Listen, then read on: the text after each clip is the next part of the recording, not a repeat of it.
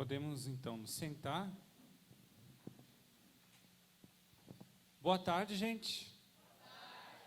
Louvado seja o nosso Senhor Jesus Cristo. Seja louvado.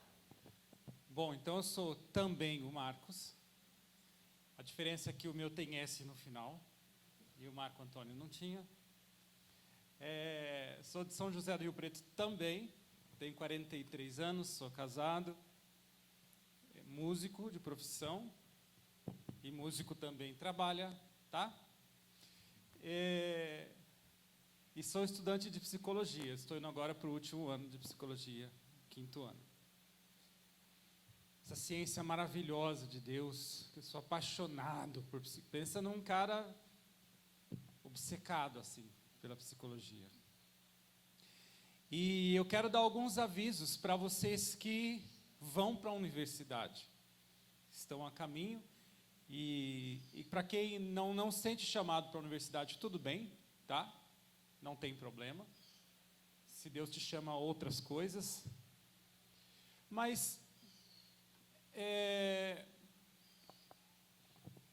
muito bonito você ouvir todas essas palestras aqui, e chega na faculdade, porque assim, o fato de você estar hoje no ensino médio ou no fundo de 2, você já se encontra com uma situação totalmente anticristã. O que se fala nas aulas de história, os professores de história adoram te contar uma historinha de que a igreja queimou muita gente, né? E começa por aí. Eu queria avisar para vocês, vai piorar muito. Mas vai piorar terrivelmente quando você for para a faculdade. Ou você é uma pessoa muito, mas muito instruída no catolicismo, ou você vai vazar daqui. Então eu já estou te avisando, porque quando você chegar na faculdade e te der aquela vontade de sumir da igreja, que vai acontecer com todos vocês,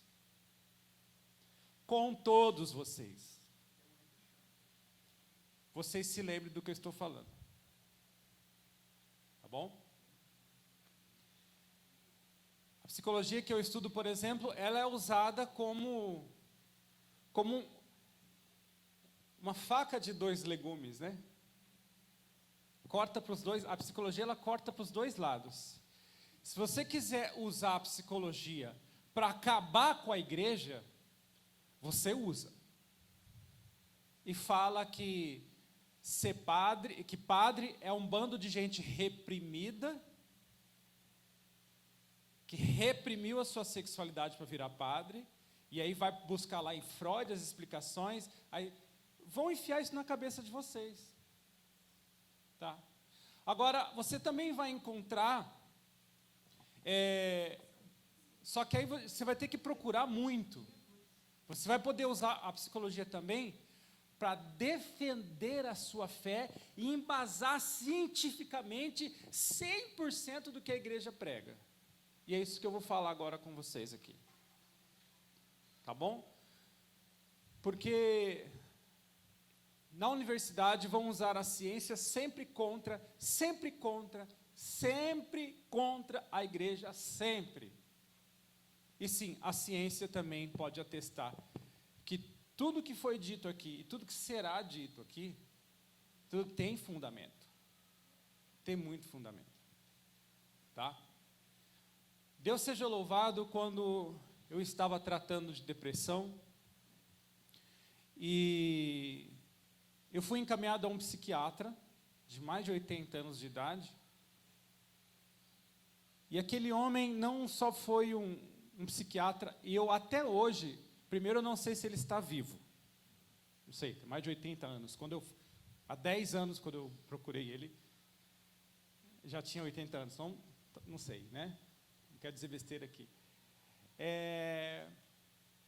No meio da minha angústia, eu ainda não estava na universidade, eu falei para ele assim: doutor, me Me dá algum livro para eu ler, alguma coisa, para eu entender o ser humano, entender minhas dores. O senhor é tão estudado, o senhor tem tantos anos de psiquiatria. E aí, no meio da consulta, ele foi lá no seu armário velho, pegou um livro, que você não acha em livraria, se digitar no Google, você não encontra esse livro. O livro se chama Sentimentos no Divã, escrito por um psicanalista chamado Eduardo Mascarenhas. Então, assim, são achados que não vão falar para você que eles existem na faculdade. Não vão falar para vocês. E no finalzinho do livro, esse psicanalista, Dr. Eduardo Mascarenhas, ele dedica um capítulo apenas para dizer o seguinte. Ele começa o capítulo assim: eu vou descrever para vocês como que os 7 pecados capitais da Igreja Católica são a causa de todas as doenças mentais.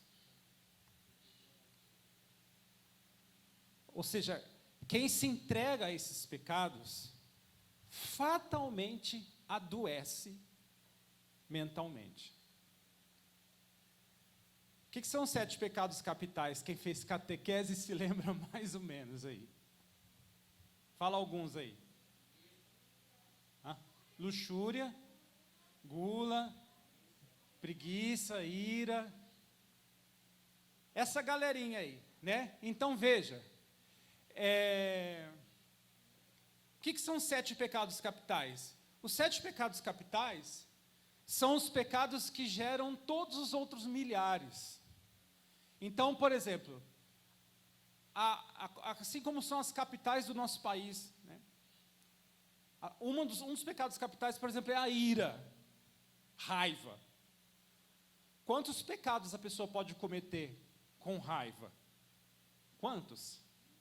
Matar, enganar. Então, ele fala assim que qual é a causa da doença mental? O que causa? Você conhece alguém doente mentalmente, toma remédio, conhece?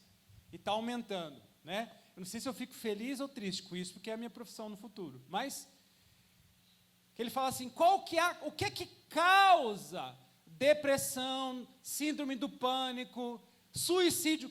Qual é a causa? Os 7 pecados capitais. E eu tive que buscar isso de uma pessoa que não é da igreja, ela dizendo que a causa do mal do mundo é o pecado. Porque ouvir isso da boca de padre, eu escuto desde criança. Vocês escutam desde criança que a causa do mal no mundo é o pecado. Mas eu precisava ouvir, para que a faculdade não me tirasse da caminhada com Deus. E aí ele começa a explicar exatamente o que são esses 7 pecados capitais. Ele fala assim que, ele começa com a gula, né? Ele fala assim, comer é importante, sim ou não? Sim. Mas, o que é a gula? Quando a comida toma um tamanho tão grande na nossa vida, que você começa a perder em outras áreas da vida. Você começa a fazer uma coisa que é necessária, que é comer, só que você come tanto, que você destampa aqui. Você está comendo para se manter vivo. Faz bem. Só que você destampa outra coisa. Você ganha peso, você, né? Então ele fala assim, dinheiro é importante, sim ou não? O problema é quando ele toma conta da sua vida, a ponto de você se destampar. Quando que o dinheiro passa a prejudicar a nossa vida? Quando eu tenho ali a minha filha, eu tenho 2 filhas, uma de 10 anos deficiente, uma autista, e tem uma de 4 anos, neurotípica, que é sem deficiência mental. Aí eu penso assim, Eu vou trabalhar porque eu quero garantir o futuro das minhas filhas. Eu não quero que elas passem necessidade quando chegar a idade de estudar, então eu vou trabalhar. Aí você trabalha tanto que você não olha na cara da sua filha. Para garantir o futuro da minha filha. Você está desgarantindo o futuro da sua filha, do seu filho. Então, ele começa a descrever essa questão, né? Sexo, importantíssimo na nossa vida. Eu não estaria aqui nem onde nós estaremos aqui, né? Agora, tem gente que é tão viciado em pornografia que não consegue estudar. Tão viciado em pornografia que ela não consegue trabalhar para estar diante do celular, no RedTube, no PornTube, no vizinhos, ponto não sei o que lá. Ele deixa, aquilo passa. E aí o que acontece?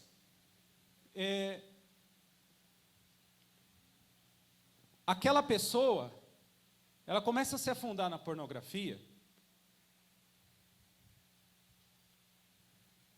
e a pornografia, ela é exatamente uma droga, como cocaína, como maconha, como qualquer coisa. A gente começa a usar ali a maconha, né? E daqui a pouco, ela não traz mais aquele prazer gostoso para a gente. Tem uma hora que o maconheiro, ele começa a usar a maconha, e meio que usa tanto, que perde a graça. Isso porque joga tanta química de prazer no cérebro, tanta química de prazer, que a maconha causa prazer. A maconha, gente, é gostosa. A maconha traz boas sensações. Mas ele começa a jogar aquilo, jogar aquilo, jogar aquilo. Daqui a pouco, não causa mais o efeito do prazer. O que a pessoa vai fazer? Vai buscar algo que jogue mais química, uma droga mais pesada, que seria, depois da maconha, a cocaína, próximo passo. Que, se você quer uma sensação de prazer imediata e gostosa, as drogas estão aí e é imediato. Eu não posso mentir nessa palestra para vocês. É muito bom, fisicamente, usar. Só que aí, a pessoa começa a usar, fica viciado, começa a perder dinheiro com aquilo, começa sai de casa, começa a roubar, porque ele começa a ficar viciado, daqui a pouco vai para o crack, e aí, o crack é a reta final, né? O crack é o fundo do fundo do fundo do poço. Tudo porque alguém disse para ele lá no começo que fumar maconha é tudo bem. Pornografia é a mesma coisa. Então você começa ali no Instagram. Marcos do Vale, tenho uma foto de menina de biquíni no meu Instagram, é bloque na hora. Bloqueado na hora. Eu não aceito solicitações de amizade no Facebook e no Instagram de meninas de biquíni. Não adianta. Ou biquíni, ou de decote, que aquelas meninas que gostam de mostrar o seio, tira a foto de cima, né?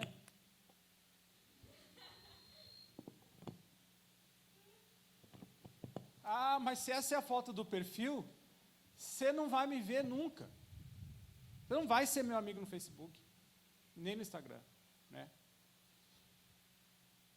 Então, é a maconha da sexualidade, né? A maconha da sexualidade é a menina de biquíni.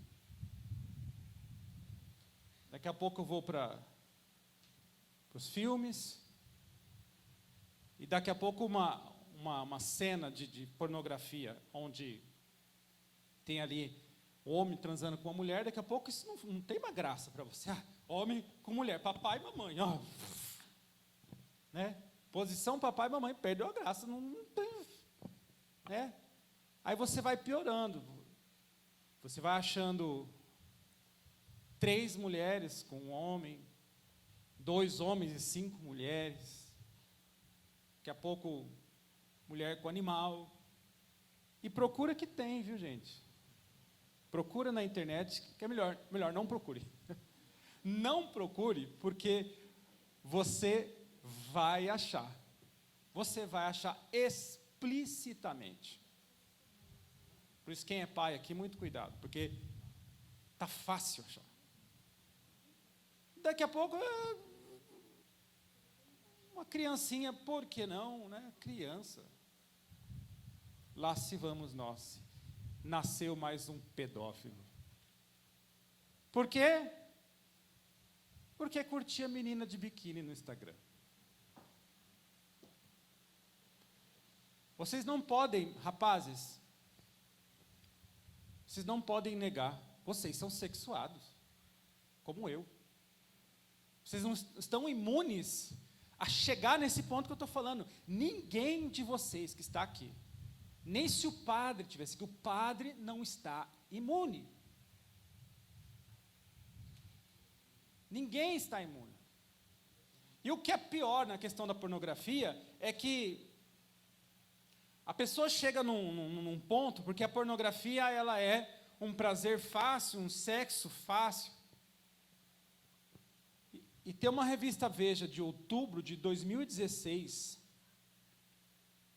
se você quiser pesquisar depois, aonde o tema era sobre a pornografia. E a revista Veja dizia assim: devido ao boom da pornografia em 2016, os consultórios de psiquiatria aumentaram 30% o número de consultas para homens e 10% em mulheres com problemas na cama. Que problemas na cama são esses? Pasmem, mas problemas de ereção. Porque o sexo com a mulher em casa não tem graça mais. Já que a internet me dá coisas muito mais bizarras e picantes. Tem gente que precisa de medicação para largar a pornografia. Talvez seja o caso de alguns aqui. Medicação, bupropiona, que trabalha nessa questão da recompensa, mesmo para largar o cigarro, mesma medicação para largar o cigarro, a maconha, que o pessoal que está internado em casas de recuperação usam, que é a bupropiona, usa para largar a pornografia. Porque a vida dessas pessoas é uma tristeza. Quando você se banha desses prazeres fortes, essas doses imensas de prazer que traz a pornografia, o que acontece com você? Você começa a ficar insensível aos prazeres pequenos. Que prazer pequeno que eu estou falando? Cantar, ir na sorveteria, ir na praia, final de semana, assistir um jogo da Copa. Uma pessoa viciada em pornografia, muitas vezes, não vê graça nenhuma num jogo da Copa. Porque aquilo não estimula mais o mecanismo de alegria e prazer da cabeça dela. Porque ela só se estimula com coisas fortes, pesadas. Então, o viciado em pornografia, namorar não tem graça, sair com a família não tem graça. Não tem graça. Ir no cinema, ir para Rio Preto, shopping, não tem graça nenhuma. Então, imagina uma vida de uma pessoa, imagina a lástima que é a vida de uma pessoa, cuja única fonte de prazer seja a pornografia. Que vontade de chorar que dá, né? De você pensar numa pessoa dessa. Netflix não tem graça, nada tem graça.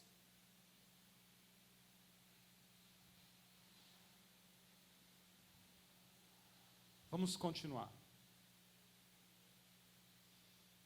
Então, gente, a primeira coisa que a igreja quer de você é o seu equilíbrio sexual, mental como um todo. O tema dessa palestra, acho que você já viu qual é, né? Que pediram para eu falar. Sexualidade é o tema dessa palestra. Então, a primeira coisa que Deus quer de você, que a igreja quer de você, é a sua felicidade. E um mosquito na minha cabeça. Bom. Ok. E eu quero aqui ler uma passagem da Bíblia. Está em Mateus capítulo 19. Está dito assim: os fariseus vieram perguntar para Jesus e colocá-lo à prova. Jesus, é permitido a um homem rejeitar sua mulher por um motivo qualquer? Naquela época, vocês sabiam, antigamente, no tempo de Jesus, vocês vão rir, tá? Mas a mulher simplesmente queimar o arroz era um motivo legal, legalizado por lei, para que você divorciasse dela. Queimar o arroz. Então, assim, vocês mulheres, vocês não eram pessoas, vocês eram coisas, objetos, né? Então, devido a essa lei tão simpática da época de Jesus, perguntaram-se para ele: Jesus, é permitido a um homem rejeitar a sua mulher por um motivo qualquer? Jesus respondeu: vocês não leram o que está escrito? Está escrito assim: o homem deixará seu pai e sua mãe e se unirá à sua mulher, e os dois formarão uma só carne. Vocês não leram isso? Assim, quando dois se casam, já não são dois, mas são uma pessoa só. Portanto, não separe o que Deus uniu.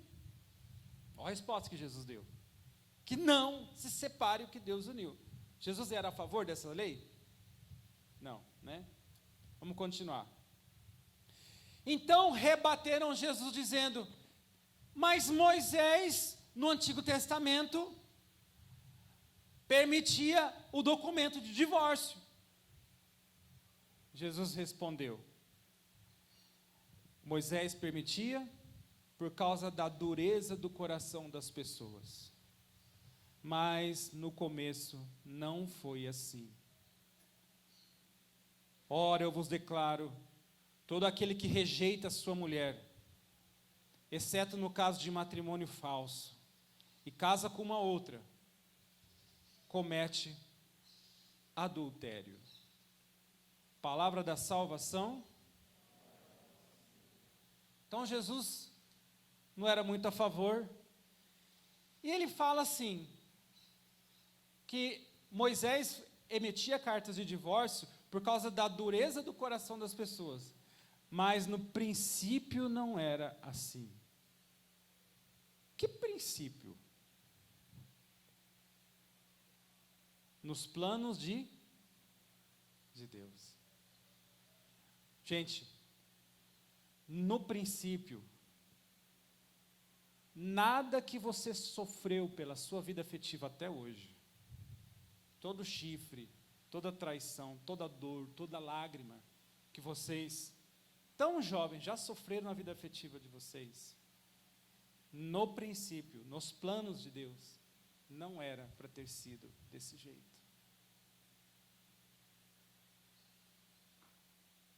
Não era.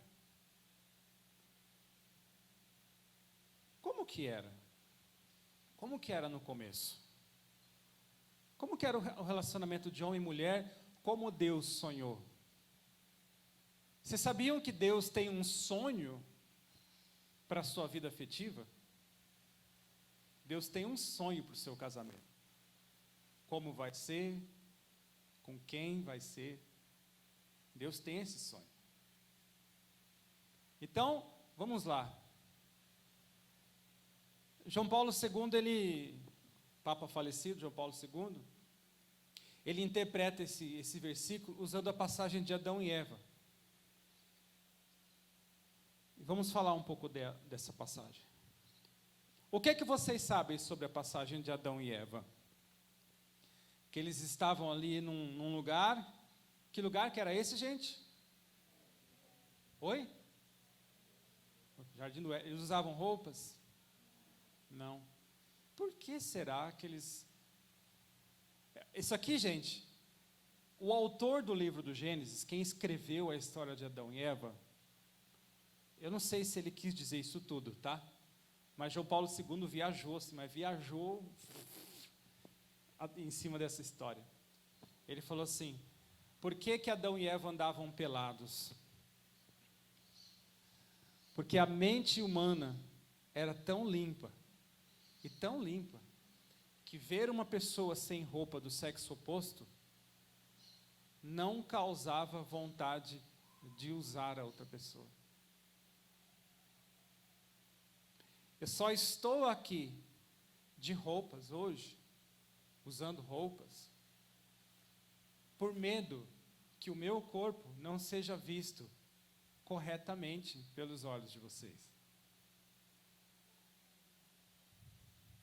É por isso que você usa roupa. A nossa visão, nosso jeito de olhar para o corpo do sexo oposto, não é mais puro como era o olhar de Adão e Eva. Qual é a origem da vergonha? Certamente eu estaria muito envergonhado se eu tivesse sem roupa aqui na frente, muito envergonhado. Qual a origem da vergonha? Eu tenho medo que não olhem para o meu corpo como ele realmente é. Santo, criado por Deus para ser extensão dos braços do Deus que não tem braço. Corpo é isso. Você sabe para que existe o seu corpo? O seu braço existe porque Deus não tem braço. Existe para abraçar a pessoa. Até do seu namorado, da sua namorada. Sabe como é que o seu namorado e a sua namorada experimentam o abraço de Deus do céu? Sabe como? Através do seu abraço. O seu corpo não passa de uma extensão da presença de Deus. Então, o nosso corpo era isso. João Paulo II fala uma coisa tão bonita. Ele fala assim: Eva não tinha vergonha de estar diante de Adão, porque ela sabia que aquele corpo diante do seu marido estava em boas mãos. Olha que bonito. O corpo de Eva, ela falava: o meu corpo eu posso mostrar para o meu marido, porque está em muito boas mãos. Meu marido não vai me fazer de instrumento, porque o meu marido, ele olha para mim, e além do meu corpo, ele vê uma pessoa, ele vê sentimentos, ele vê as coisas que eu valorizo, ele vê os meus sonhos, ele vê os meus defeitos, e também vê o meu corpo. Então Eva, de boas, nem aquela folhinha que tinha nas fotos, não tinha, de boas, né?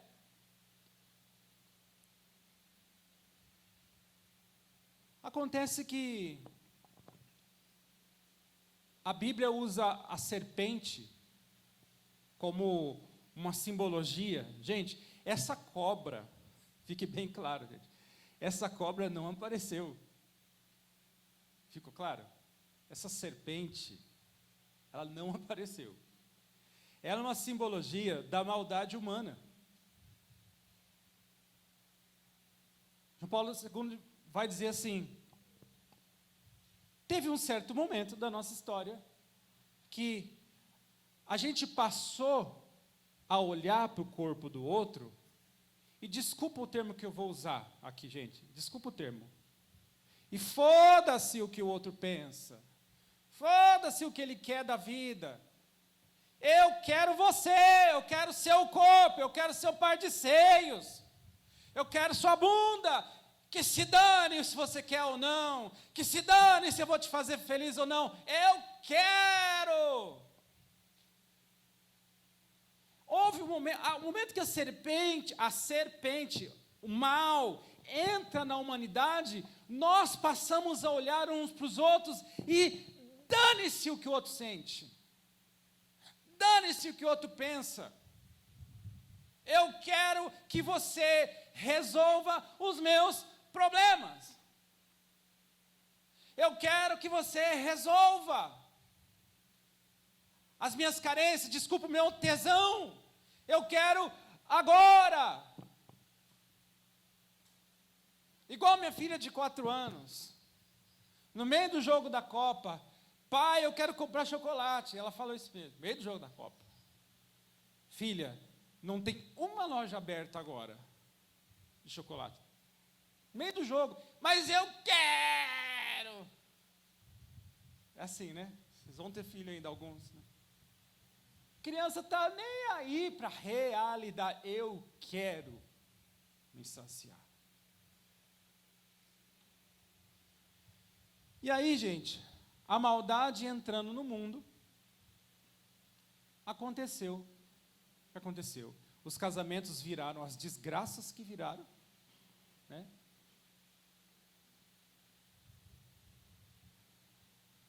E se tornou algo hoje, deixa eu dizer para vocês, hoje se casar e manter-se casado, sem trair, se tornou algo, isso não é meu, e daqui a pouco eu vou fundamentar isso aqui para vocês.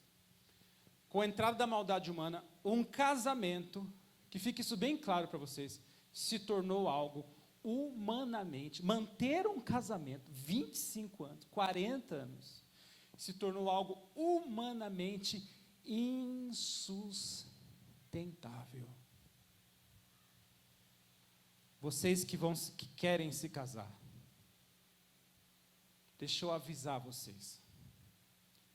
Vocês vão entrar em um modo de vida, se casando. Felipe, que acabou de se casar, você que está grávida.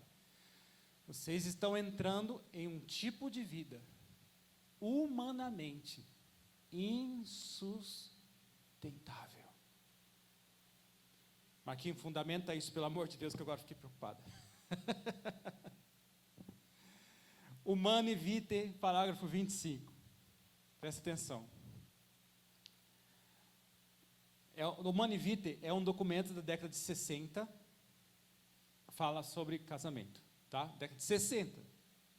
Diz assim: nós da igreja não escondemos as dificuldades, por vezes graves, sobre a vida dos cônjuges cristãos. Ou seja, cônjuge cristão, casado cristão, tem dificuldades graves, difíceis, impossíveis de superar. Para eles, como todo o resto, é estreita a porta, é apertado o caminho que conduz à vida. Gente, manter-se casado é uma porta estreita, difícil. É muito difícil. Ele continua: os esposos implorem com oração perseverante o auxílio divino, abeire-se, aproxime-se sobretudo da Santíssima Eucaristia, fonte de toda graça e caridade. O que a igreja está aconselhando para se manter casado? Orar.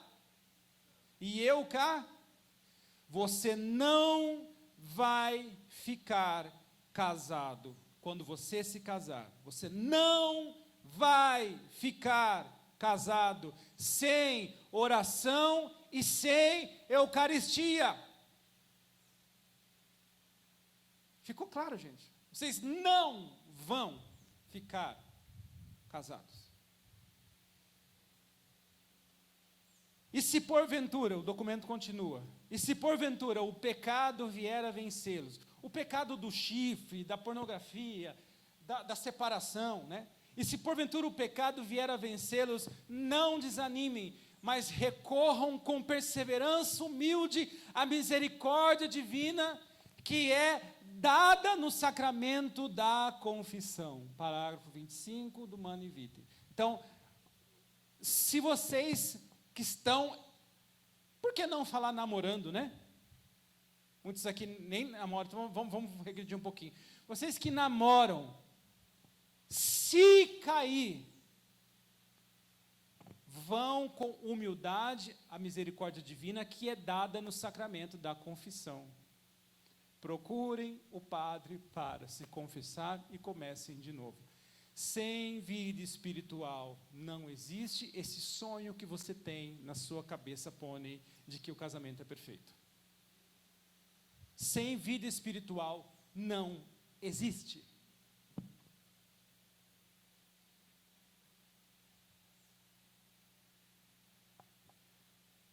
A Bíblia tem um livro erótico chamado Cântico dos Cânticos.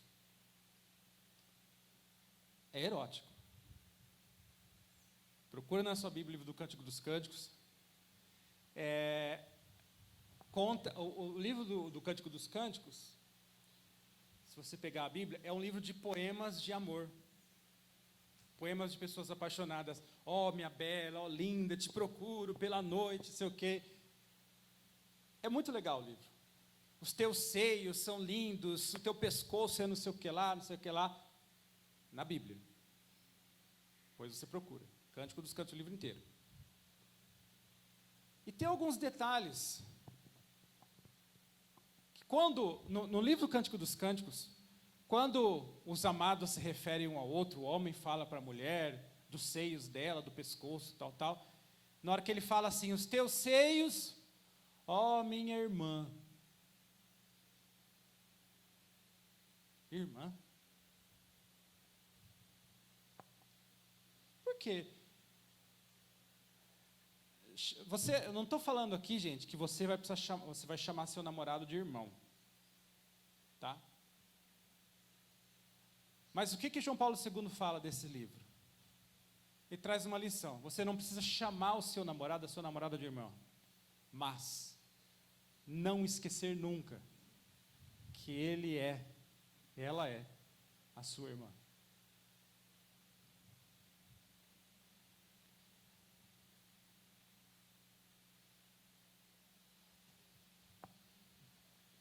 O que eu quero para o meu irmão? Se eu tenho um irmão, uma pessoa próxima, eu quero a salvação dele. Eu quero o céu para ele. O que mais que a gente poderia ressaltar no relacionamento de irmãos? Irmãos. Um sabe a história do outro. Um sabe a fraqueza do outro. Um sabe a dificuldade do outro. Você conhece aquela pessoa, o irmão. Quem tem irmão? Levanta a mão aqui. Eu também tenho. Vocês conhecem, para quem mora com o irmão, né? Vocês conhecem o irmão de vocês, ou a irmã, como a palma da mão de vocês. Vocês sabem irritar o irmão de vocês, não sabem? Muito bem. Vocês sabem irritar, sabem agradar. Eu sei de tudo. Eu sei com quem eu estou casando. Eu conheço essa mulher como a minha irmã. Eu sei dos defeitos dela, eu sei das dificuldades dela. Por isso estou levando ela para minha casa sabendo quem ela é. E é por isso que o livro erótico da Bíblia chama a outra pessoa de irmão, irmã.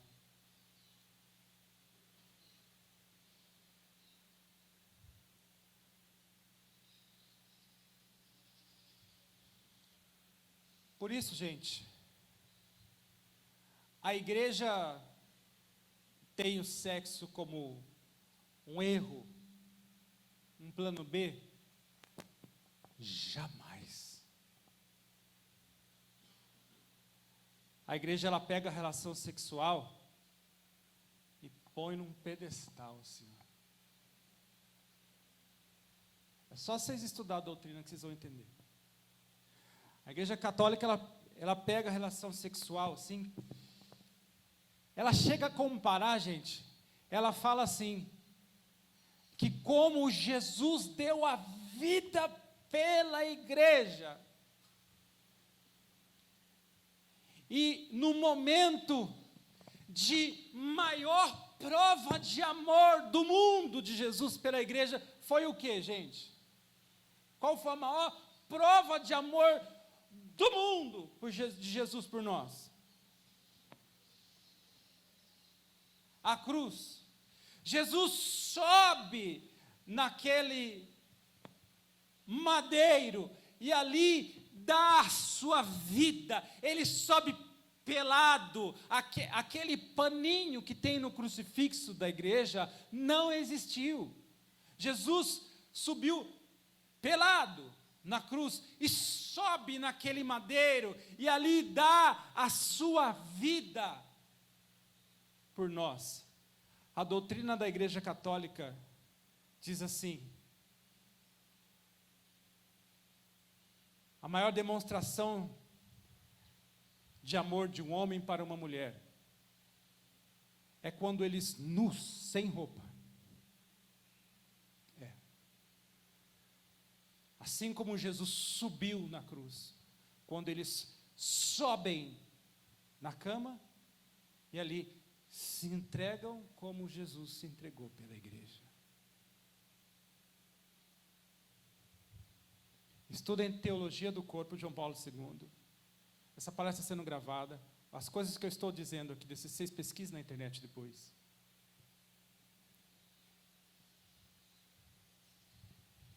Eu não mereço isso tudo da minha mulher. Que ela suba numa cama e dê a sua vida por mim. E se dê. Porque na cama, eu não estou ganhando um carro de presente dela. Não estou ganhando uma casa de presente dela.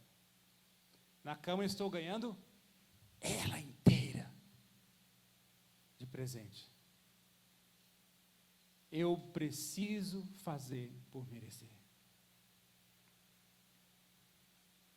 É por isso que um casal, quando pretendem se conhecer sexualmente, a igreja fala assim: vocês não se merecem? Vem cá, por favor. Aí chama o casal lá na frente. Ah, vocês querem dormir na mesma cama? Sim, queremos. Rapaz, você vai amar essa mulher? Vou. Até quando? Até morrer.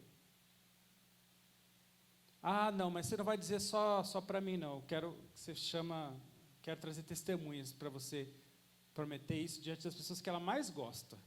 Posso chamar? Pode, chama. Então, chama pai, chama mãe, são as pessoas mais importantes. Agora promete que o que você vai fazer na cama com ela, você vai fazer por merecer. Promete? Ela doente. Você não está levando um corpo para casa, você está levando uma pessoa. Não olhe igual, olhe para sua mulher como Adão olhava ela. A pessoa inteira, não só o corpo. Você está levando as depressão dela. E aí? Promete? Prometo. Mulher, você promete dar a sua vida por esse homem? Prometo. Então vocês podem transar. O que é isso? Cerimônia de casamento. A igreja está errada? Se você souber a grandeza do que é o sexo, você vai concordar comigo. A igreja não está errada. Agora, vi uma reportagem aí de uma faculdade.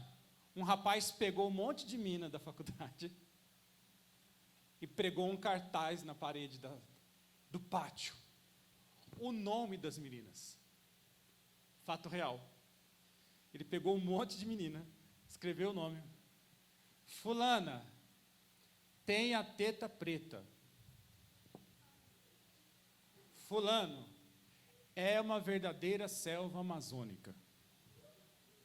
Fulana, tal.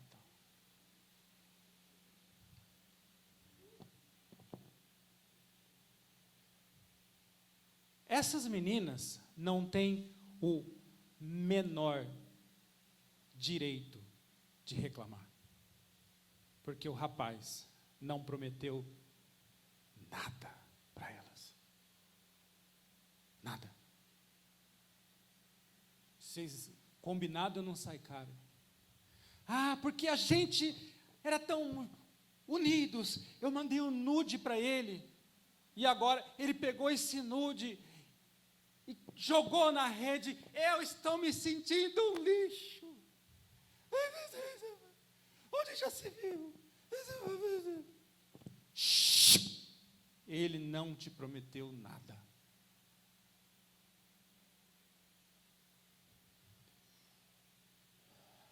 Façam como Sara e Tobias. Para terminar, os últimos minutinhos que eu tenho. Procure na Bíblia de vocês, livro de Tobias. Sara tinha casado com quantos, Felipe? Sara casou com 7. Um depois do outro, tá? Diga-se de passagem. Os 7 morreram na lua de mel. Pesquise na Bíblia de vocês, livro de Sara e Tobias. Os 7. Ela casava, entrava no quarto, o homem saía morto. Casava, entrava no quarto, o homem saía morto. Tobias foi o último. A Bíblia conta que o pai da Sara, na noite do casamento, o pai da Sara já tinha cavado o túmulo. E cavou o túmulo. Estou esperando. Antes de transarem, ele pegou na mão de Sara. Sara, vem cá. Vamos rezar. Vamos rezar. E a oração que eles fizeram está na Bíblia, dizendo assim: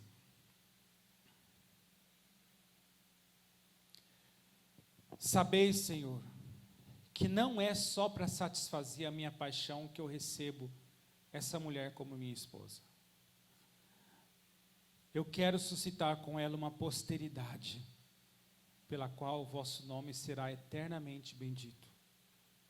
E Sara rezou assim: tende piedade de nós, Senhor. Tende piedade de nós. E fazei que cheguemos juntos a uma ditosa velhice. Amém. E transaram.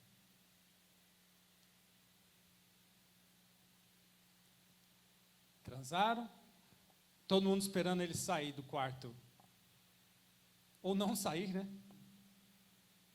E o homem não morreu. Ele saiu do quarto. Oi, morte. Vem buscar, vem. Vem pegar eu. Você não é o bichão? Você não é o bichão? Vem. Aqui, você não entra não. Porque a gente reza. A gente reza. Nesse casamento aqui você não entra não.